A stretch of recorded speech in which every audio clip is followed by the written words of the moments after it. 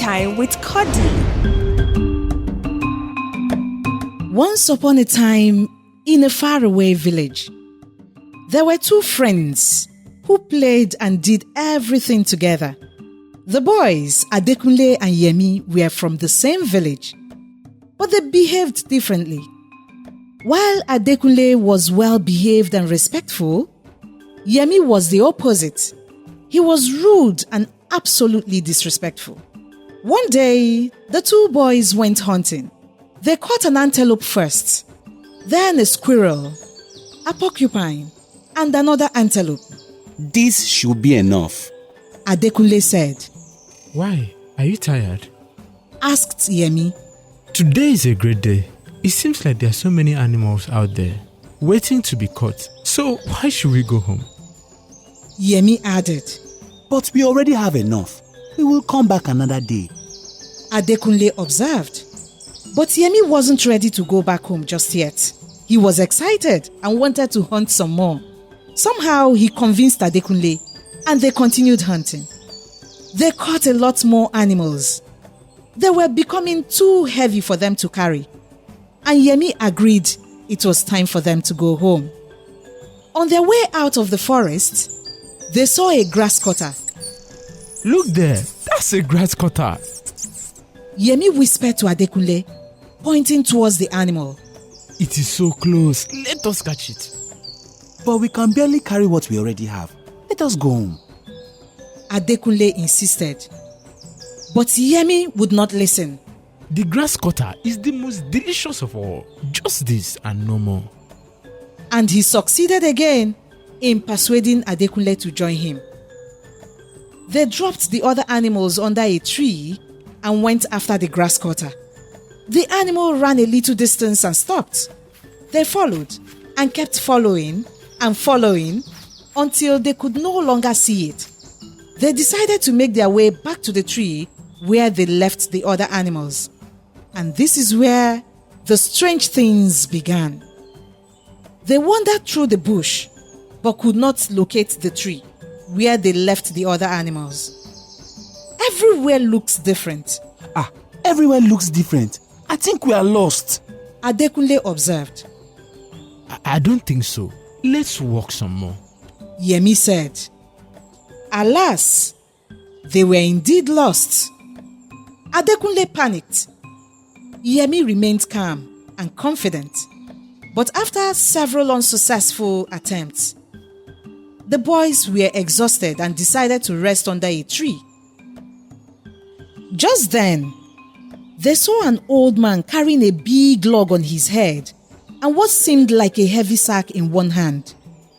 From the look on the man's face, one could tell that the load he was carrying were very heavy. Adekunle took pity on him. Let us help him. He whispered to Yemi, who shouted at him to be quiet. Are you okay? Does he not know that he's not supposed to carry so much load at this age? Yemi asked, loud enough for the old man to hear. The old man ignored the boys and continued walking under the heavy weight of the log. Adekunle was not happy. He wouldn't just sit and watch this old man carry the load alone. He ran to the old man and offered to help. The old man accepted with a smile of relief. I'll see you at home. I'm off to find my way out of here. Yemi said as he watched them leave. They walked and walked and walked. It was particularly a very sunny day. Adekunle's face was covered with sweat as he bore the weight of the log and the sack while the old man followed behind. Finally, they arrived at the hut. Thank you, my son. I'm ready. You can drop the log outside and bring the sack inside. He said to Adekunle, who did as was told. Joko, sit down and rest a while. The old man said, pointing towards a stone. It's a long way back to where I left my friend. I need to hurry back. He said respectfully. No, my dear. Back is not your destination. And you do not need that boy as a friend. Omo burukuni. People like that will put you into trouble. Open that sack. he told Adekunle. He opened the sack with shaky hands and was surprised to see what was inside. Those are all the animals you caught with the other boy. See how much animals you've caught. Yet you are insatiable. That is called greed. In your quest to catch a grass cutter, you cross the boundary of the living. The old man said, his voice stern and angry. You will have been punished greatly, but your good behavior has saved you. The weight of the log and the long distance are served as your punishment, and you are lucky to have made it to the hut of restitution. At this point, Adekunle was trembling. He was flat on the floor and pleaded for forgiveness. Ejo sir, I am very sorry. Shanu mi sir. He said with shaky voice.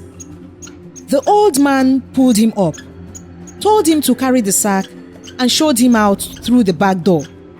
You should find your way back home from here. He said. But how about my friend? Adekunle asked. He belongs to us now. The old man said. My son, hurry now before the sun goes down. Adekunle turned sadly and started moving with the heavy bag. He looked back and did not see the hut again. He recognized his way back home. But sadly, his friend never made it back home. The end.